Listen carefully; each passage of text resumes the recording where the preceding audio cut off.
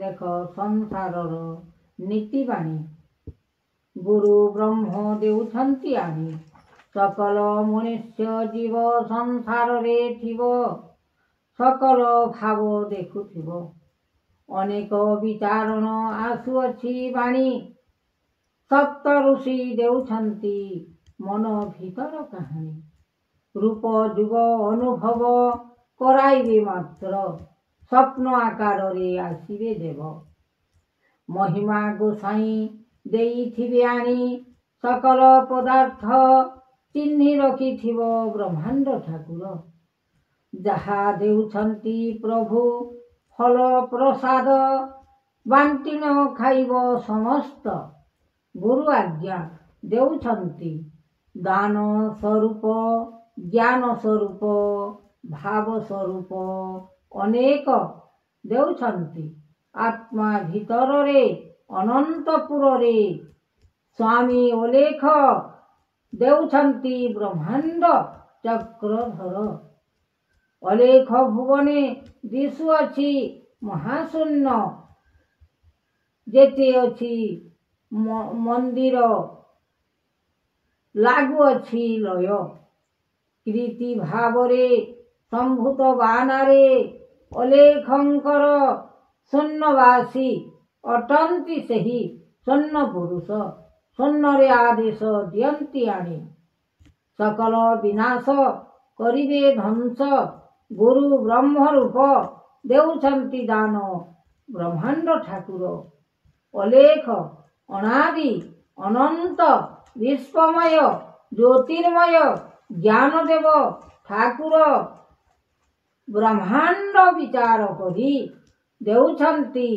सप्त ऋषि जगतर स्वामी शिव शंकर भोला महेश्वर देउछन्ति सर्व विषय बाणी तांकर महिमा जोगरे अलेख ब्रह्मांड ठाकुर अनीति देखि भावना करुछन्ति शक्ति महाबाहु रूपे ज्ञान चरित्र गुरु आज्ञारे से देउछन्ति दान भकत भावरे रखिथिबो पूर्ण करी आनंद भक्ति रूपरे रखिथिबो ज्ञान को विचारी जेते बेले ज्ञान आसीबो चिन्ह सेते बेले मने रखिथिबो ज्ञान आतंगरे डाकन्ति जगतर स्वामी विचारण कर मात्र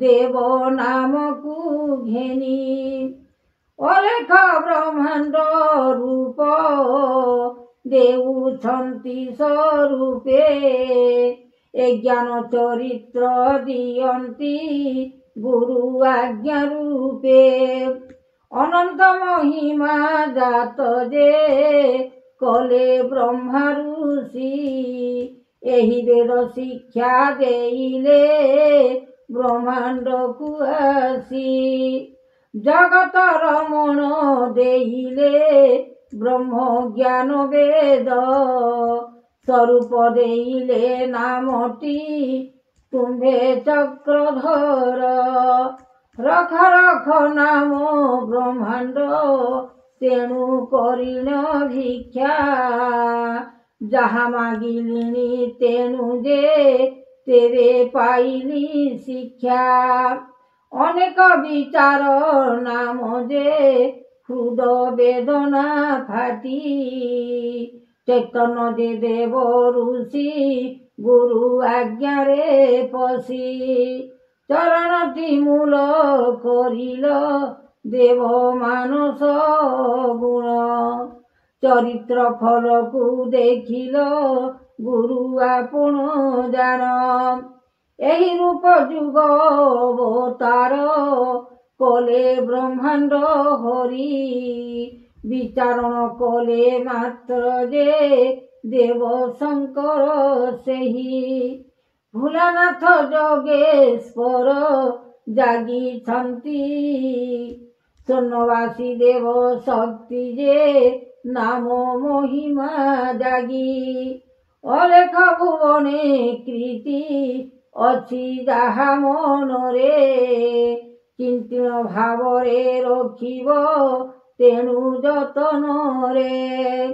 ଏହି ଭାବ ସୃଷ୍ଟି ମହିମା ଯାହା ଦିଅନ୍ତି ଆଣି ସକଳ ଭାବକୁ ରଖିବ आहे ଚକ୍ରଧାରୀ। ରୂପାୟ ମହିମା ଜ୍ୟୋତିମୟ କରିଲେ ବେଦ ଯାହା ଶିକ୍ଷା ଦେଇଛନ୍ତି ଗୁରୁ ଆପଣା ଭେଦ। ମନରେ ବିଚାର କରିବ ତେଣୁ ସଂସାରକୁ ଯେ ବିଚାର କଲେ ମନରେ ତାର ଲାଗିବ ସବୁ। ମନକୁ ମହିମା ମଧୁର କରିଥିବ ବଚନ ତେଣୁ ଏ ପାଇବ ସକଳ ନାମ ଚରଣ ମାନ।